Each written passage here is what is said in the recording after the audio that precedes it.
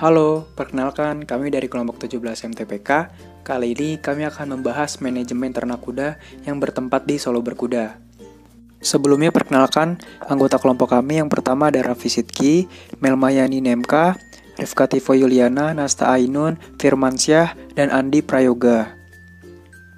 Solo Berkuda ini bertempat di Kecamatan Kartosuro, Kabupaten Sukoharjo, Jawa Tengah. Solo Berkuda ini ditujukan untuk tempat wisata dan juga tempat berolahraga, yaitu olahraga kuda pacu sambil memanah. Manajemen yang pertama kita bahas yaitu manajemen breeding.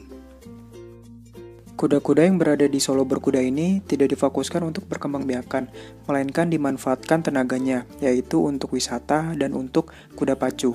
Tetapi pemiliknya baru saja membreeding dan menghasilkan satu ekor anak kuda. Masa kebuntingan kuda berkisar 315-350 hari. Hal ini sesuai dengan pendapat Ale dan Antezak tahun 2000 bahwa pengetahuan tentang lama periode bunting pada ternak kuda dan kemampuan untuk memprediksi waktu kelahiran anak kuda merupakan hal yang penting bagi keberhasilan beternak kuda. Waktu bunting biasanya lebih dari 11 bulan. Selanjutnya adalah manajemen pakan. Pemberian pakan kuda di Solo Berkuda yaitu dilakukan setiap 2 kali sehari pada pagi dan sore hari. Pakan yang diberikan berupa jerami dan konsentrat serta ditambah gandum grain. Hal ini sesuai dengan pendapat Andrianto et al. Tahun 2018 bahwa kuda merupakan hewan mamalia, namun kebutuhan gizi yang diperlukan kuda tidaklah sama dengan kebutuhan hewan ternak mamalia lainnya. Meskipun tergolong hewan herbivora, namun kuda tidak termasuk ternak ruminansia dan tidak dapat memamah makanan yang telah dicerna atau regurgitasi dan menyebabkan kuda kurang efisien dalam memanfaatkan pakan berserat, sehingga peternak perlu menyediakan pakan berupa konsentrat. Manajemen perkandangan merupakan salah satu hal penting yang dapat mempengaruhi produksi suatu peternakan. Syarat kandang yang baik yaitu berlokasi di tempat yang memiliki saluran limbah dan drainase yang baik, ventilasi yang cukup, biosecurity baik, dan jauh dari permukiman. Kandang di Solo Berkuda termasuk jenis kandang individu. Kandang dibangun dengan semi terbuka. Setiap kandang terbuat dari beton dan diberi kayu di bagian atasnya. Pada bagian pintu terbuat dari kayu dan besi. Alas kandang diberi serbuk gergaji agar tidak licin sehingga meminimalisir kuda terjatuh. Setiap kandang diberi tempat pakan dan tempat minum. Pada Solo Berkuda juga dilengkapi tempat exercise untuk kuda. Hal ini sesuai dengan pendapat tim karya tani mandiri pada tahun 2010, yaitu perkandangan kuda umumnya berbentuk tunggal. Tempat untuk exercise sebaiknya disediakan di areal perkandangan.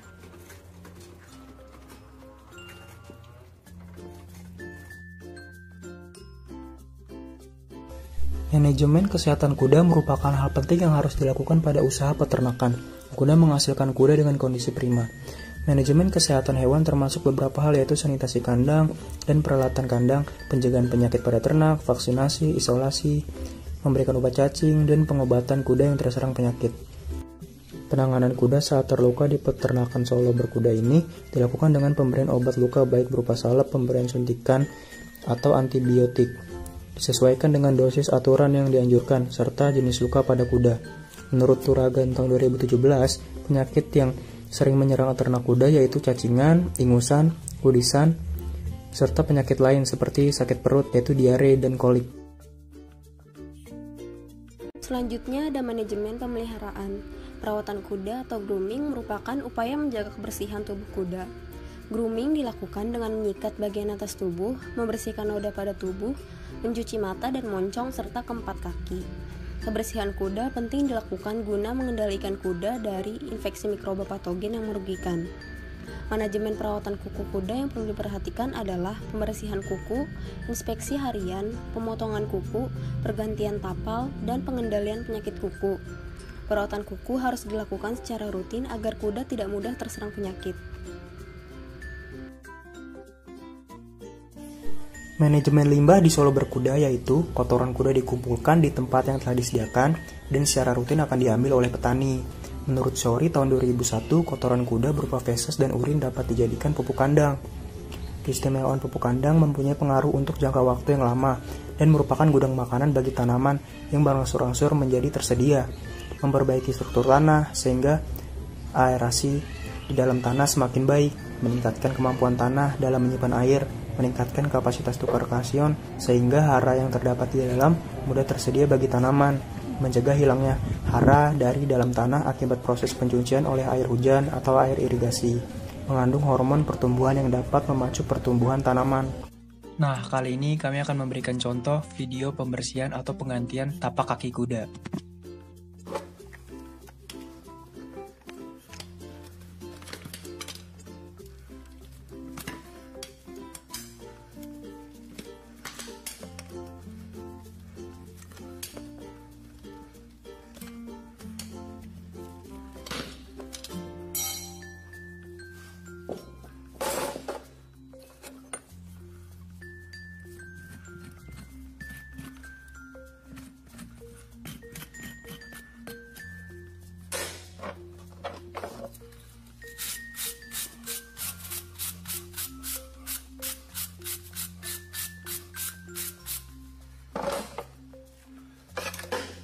Start with the diamond loop knife.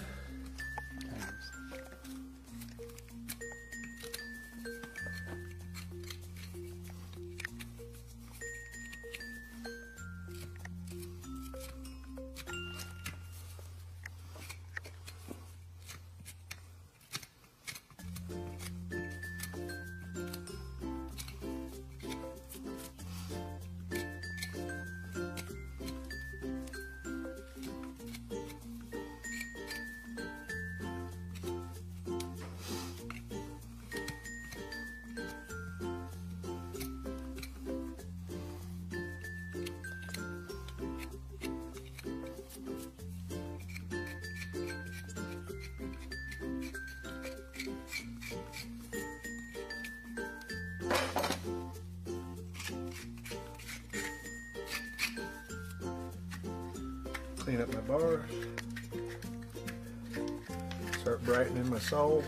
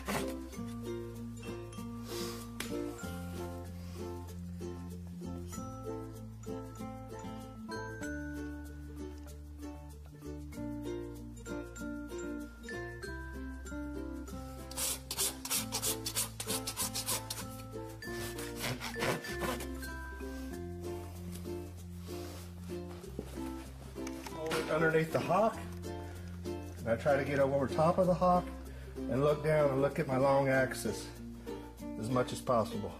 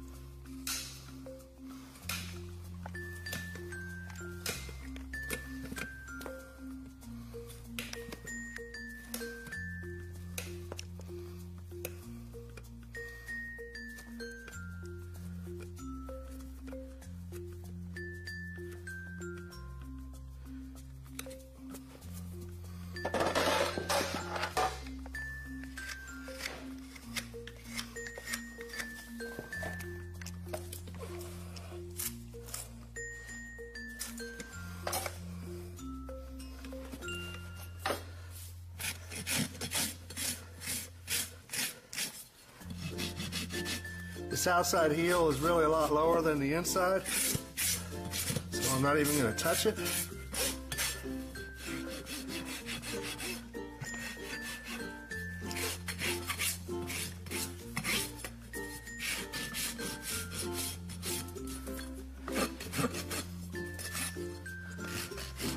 Build my wall around the inside edge of my white line.